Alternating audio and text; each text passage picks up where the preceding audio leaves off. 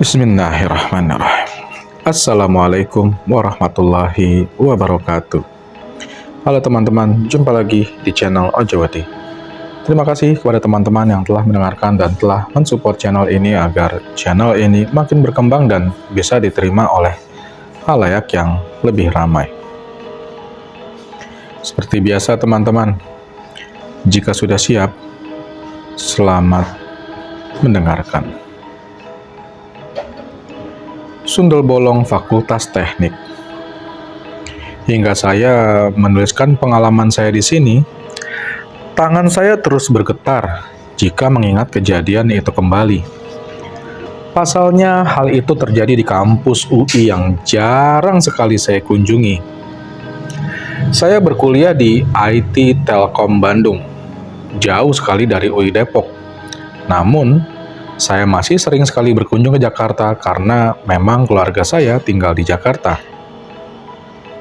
UI Depok merupakan kampus yang sangat berbeda menurut saya. Lingkungannya eksklusif, besar, rindang, dan masih berasa nuansa hutan, membuat siapa saja nyaman di siang hari. Namun, berubah menjadi menyeramkan di malam hari. Terutama, saya jarang sekali main ke sini. Saya mempunyai saudara sepupu yang berkuliah di Teknik Mesin Fakultas Teknik UI angkatan 2008. Fakultas Teknik merupakan fakultas yang sedikit berbeda dengan fakultas lainnya. Jika di malam hari, Fakultas Teknik bagian lobi selalu penuh dengan mahasiswa yang ngekos di kutek yang mencari akses internet cepat dan gratis. Ketika itu, saudara sepupu saya meminta diantarkan dengan mobil di malam hari untuk meminjam harddisk yang berisi data untuk tugas kuliahnya. Tanpa banyak bicara, saya langsung saja mengantarkannya ke Fakultas Teknik. Saat tiba di Fakultas Teknik, saya menurunkan saudara saya di bundaran pintu masuk teknik dekat dengan halte. Karena sepi, saya tidak perlu parkir, hanya berhenti mematikan mesin, menurunkan kaca jendela, dan menunggu saudara saya hingga kembali. Sudah 10 menit berlalu saya menunggu di mobil. Jok mobil sudah disandarkan, namun saya tetap terjaga untuk tidak tidur. Takut kalau nanti ngantuk jika mengemudi. Karena bosan, akhirnya saya menyalakan radio mobil agak keras sambil bernyanyi-nyanyi yang tidak jelas. Selang beberapa menit, tiba-tiba tercium bau kemenyan yang dibakar. Saya mematikan suara radio mobil dan melihat ke kanan dan ke kiri. Apakah ada yang sedang membakar kemenyan di daerah tempat saya parkir sembarangan ini? Namun, setelah melihat ke sekeliling mobil, dari dalam, saya hanya sendirian di sini. Sialnya, bau kemenyan tersebut semakin lama berganti menjadi bau anyir darah yang menyengat. Untuk menghilangkan rasa takut, saya menyalakan radio kembali dan memutar volume suara lebih keras. Inilah yang membuat saya lemas setengah mati. Setelah memutar volume lebih keras, saya menyandarkan punggung ke jok mobil sambil melihat ke arah kanan. Tiba-tiba, dari arah kanan terdapat perempuan berambut panjang dengan baju putih panjang, semacam kuntilanak gentayangan.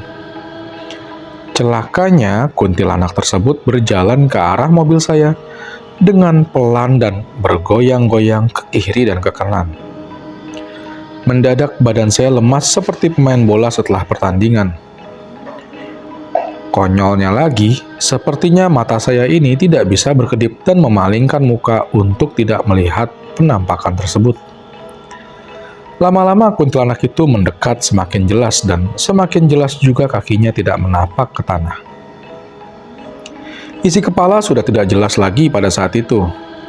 Saya sudah membayangkan, matilah, diculik setan lah atau semacamnya. Ketika ia sudah semakin mendekat, sekitar 10 cm dari mobil, tiba-tiba ia membalik badannya dan berjalan menjauh. Di sini saya melihat dengan jelas punggungnya bolong. Ya, Punggungnya bolong dengan darah yang tidak karuan kemana-mana. Ternyata kuntilanak tersebut ialah sundel bolong. Di sini saya benar-benar lemas sampai nggak bisa ngomong sepatah kata pun setelah melihat sundel bolong itu. Lalu sundel bolong itu bergerak semakin jauh dari sebelah kiri saya. Tiba-tiba pintu mobil ada yang membuka dan... Woi! Rasanya hampir pingsan dengar teriakan tersebut tepat di sebelah kuping. Sekejap, bau anyir darah dan kemenyan juga hilang. Sorry lama. Kenapa lu, Ji? Saudaraku bertanya. Dia melihatku heran karena wajahku sangat pucat. Tangan gemetar seperti orang kedinginan. Bangke lo. Males gue nganterin lo kemari lagi. Masa horornya lebih-lebih dari kampus gue? Kata saya. Dan saudara saya membalas. Sudah. Makan dulu sana. Ada mie ayam spesial. Apaan sih? Orang gue cuma ngambil harddisk sama nanya-nanya tugas doang. Dengan nada lemas gue jawab. Lu gak nyadar apa? Sebelah sana ada sundel bolong goyang-goyang. Kakinya gak nampak gitu. Hidung lo mampet apa ya? Ada bau darah sama kemenyan juga barusan. Lo ngomong apa sih? Udah deh, kita cabut aja yuk. Sepertinya dia sadar juga dengan ucapan saya dan saya meminta untuk mengganti posisi pengemudi. Lo aja Ri yang bawa. Gua lemes banget ini. Setelah itu kami bertukar posisi. Kami pulang dengan ketakutan. Terutama saya yang benar-benar ditampakkan oleh sundel bolong sialan itu. Pengalaman buruk itu benar-benar membuat saya jengkel dan parno jika harus datang ke Fakultas Teknik lagi di malam hari. Di-follow hantu. Menjadi mahasiswa baru memang tidak gampang. Berkali-kali harus pulang malam dan mengerjakan tugas-tugas yang diberikan oleh senior kepada juniornya. Saya tahu bahwa tugas-tugas itu berguna juga untuk kuliah saya ke depannya. Hanya saja kami belum terbiasa dengan suasana kampus di malam hari. Maklum, belum genap 1 semester. Waktu itu pukul 7 malam lewat. Mahasiswa baru di jurusan administrasi Niaga FISIP sedang sibuk-sibuknya mengerjakan buku angkatan di belakang gedung M FISIP UI. Kejadian di tahun 2008 itu mungkin akan teringat selama-lamanya di ingatanku. Gedung M terletak di sebelah gedung Pascasarjana FISIP. Biasanya gedung ini sering dipakai untuk kuliah mahasiswa yang mengambil program ekstensi dari program D3 untuk mendapatkan gelar S1. Gedung M yang biasanya ramai pada jam malam, kini sepi karena sedang tidak ada kuliah ekstensi di gedung M. Saat itu kedua temanku sedang asik berjalan sambil mengobrol melewati samping gedung M. Pukul 7 lewat, hampir seluruh ruangan kelas di gedung M sudah digelapkan oleh penjaga. Jika tidak ada kelas ekstensi, biasanya penjaga gedung akan mematikan seluruh gedung itu.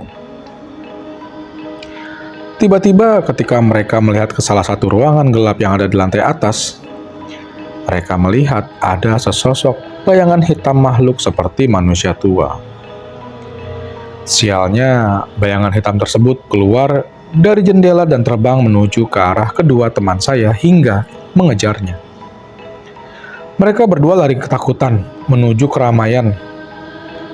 Untungnya, ketika mereka bertemu saya dan teman-teman mahasiswa baru lainnya, bayangan itu sudah pergi. Mereka berdua menceritakan apa yang terjadi ketika bertemu dan aku menyepelekan apa yang mereka rasakan barusan. Setelah beberapa saat, hujan pun turun. Namun, ternyata setelah kejadian di gedung M tadi, makhluk tersebut masih mengganggu kami. Setelah tugas kami selesai, saya hendak pulang menuju kosan di Kutek. Sayangnya karena hujan, saya terpaksa menumpang mobil teman saya beserta kedua teman saya yang baru saja menceritakan pengalamannya barusan. Kami berdua berangkat dari parkiran Visip menuju Kutek.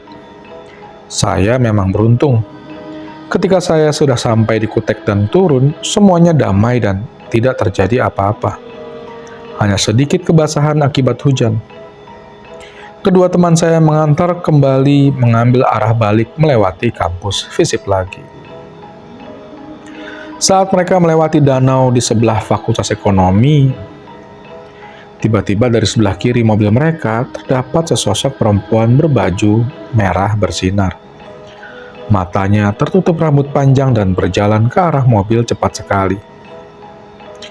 Mereka berdua panik dan menginjak gas lebih dalam hingga ketika mereka melewati Visip, teman saya mengemudi melihat ke spion tengah. Perempuan berbaju merah itu duduk di kursi belakang mobil mereka.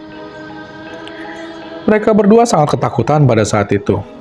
Siapa sangka, dari pertemuan mereka di gedung M, dengan makhluk yang tidak jelas berbuntut hingga ke dalam mobil.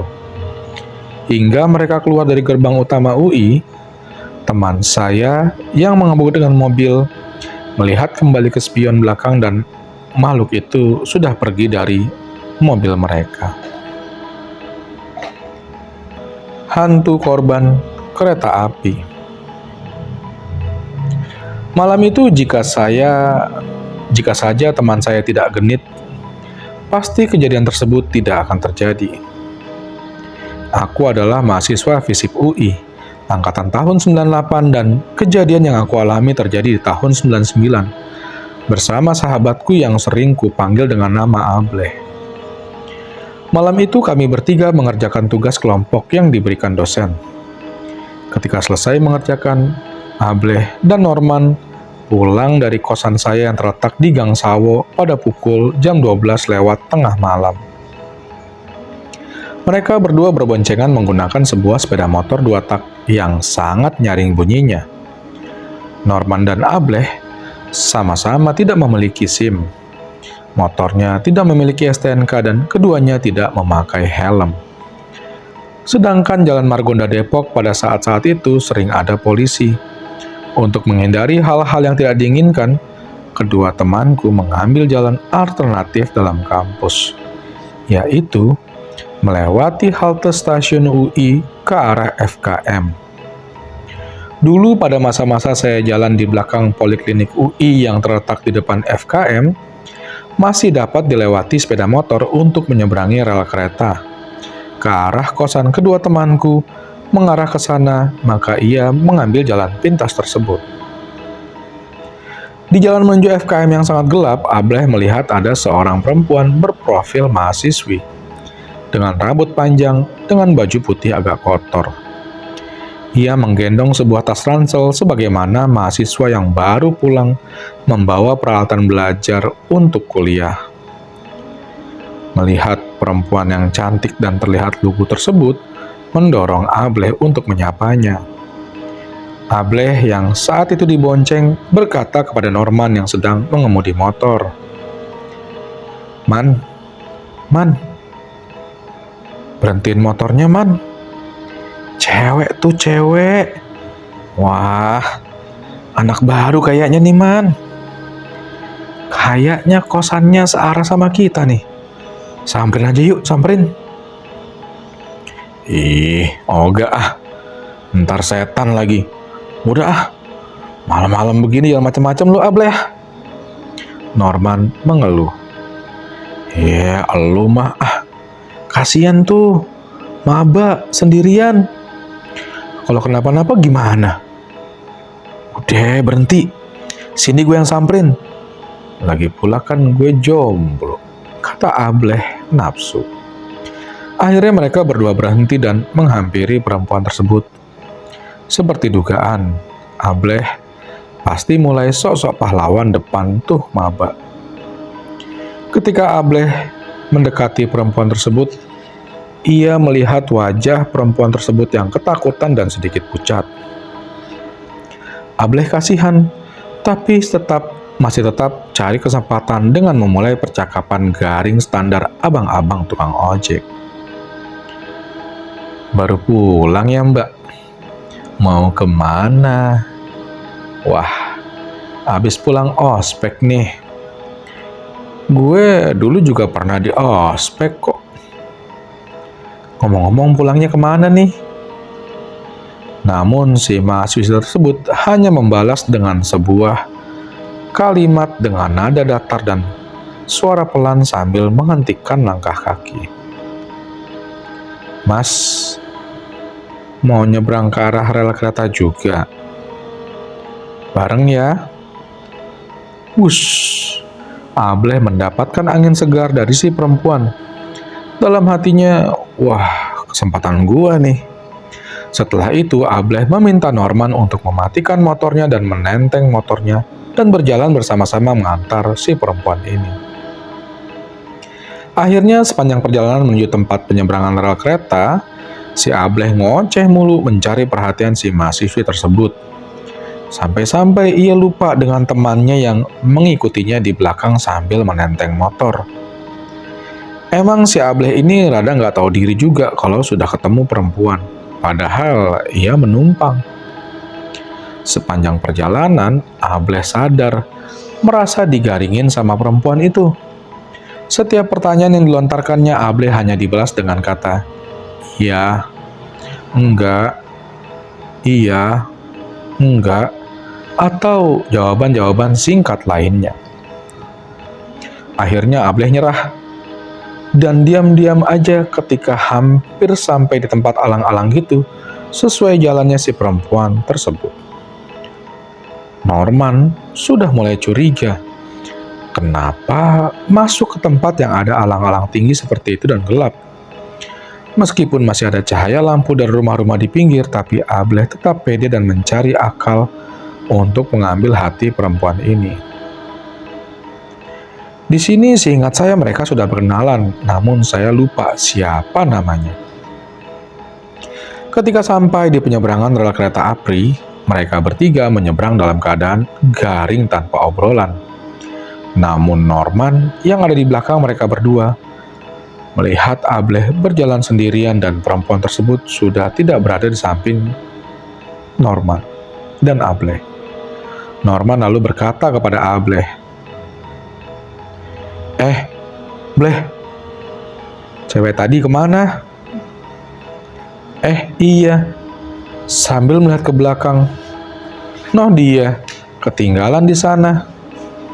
Ternyata perempuan tersebut tertinggal di belakang, tepat di depan rel kereta. Ia belum menyeberangi rel tersebut. Ableh menyeberang balik sambil lari-lari kecil ke arah perempuan tersebut. Di sini Norman sudah mulai sadar ada yang tidak beres dengan perempuan itu. Saat Ableh berada tepat di depan perempuan tersebut dengan gelagat-gelagat gentle khas Ableh, si penggoda wanita, ia bertanya kepada perempuan itu. Tiba-tiba si perempuan tersebut mendekat ke telinga Ableh dan berbisik. Setelah itu Ableh mundur beberapa langkah dari hadapan perempuan itu. Lalu, "Setan!" Ableh berteriak dan langsung berlari ketakutan ke arah Norman. Norman tahu pasti Ableh berlari ketakutan karena perempuan itu menunjukkan bahwa ia adalah setan. Norman gemetar dan langsung duduk di motor dan mencoba menyela kickstarter motor. Namun mesin motor tidak juga kunjung hidup, walaupun sudah di kickstarter berkali-kali. Ableh lompat dan duduk di bangku belakang motor Norman. Man, ayo cepetan man, buruan, nyalain motornya man. Itu cewek setan man. Iya, ini motor juga nggak hidup-hidup tahu. Akhirnya mereka berdua lari terbirit-birit ke arah kosan, sambil mendorong motor dengan ketakutan. Sampai di kosan sambil terengah-engah Norman berkata, "Dari awal gue udah curiga tuh cewek setan. Di belakang bajunya gue perhatiin ada noda coklat kayak darah kering. Tapi gue pikir itu cuma noda biasa. Sialan, ternyata dugaan gue bener. Itu cewek setan. Terus, tadi dia bisikin apa ke lo? Ableh menjawab kesal. Bangke tuh setan. Gue ajak nyebrang, gak mau. Gue paksa juga gak mau mulu karena takut. Pas gue tanya, dia kenapa takut nyebrang? Dia malah bisikin gue, saya takut mas, takut ketabrak lagi. Anjir, gue langsung mundur pas dia bilang begitu. Tiba-tiba mukanya jadi berdarah-darah. Sialan, baru kali ini gue dikerjain setan. Konon, kata warga sekitar, dulu pernah ada mahasiswi perempuan yang tertabrak ketika hendak menyeberang di rel kereta. Menurut Ableh, nama dari wanita yang temui malam itu sama dengan nama wanita yang menjadi korban tertabrak kereta di tempat penyeberangan tersebut. Esoknya, Ableh dan Norman menceritakan kejadian itu kepada saya dan semenjak itu, setiap dia melihat perempuan yang berjalan malam hari, terutama Ableh, ia tak akan menghampirinya lagi, apalagi sampai iseng sok SKSD segala macem. Dengerin cerita lainnya tentang setan UI di cerita selanjutnya ya teman-teman. Terima kasih telah mendengarkan cerita-cerita di channel Ojewedi. Akhir kata, wassalamualaikum warahmatullahi wabarakatuh.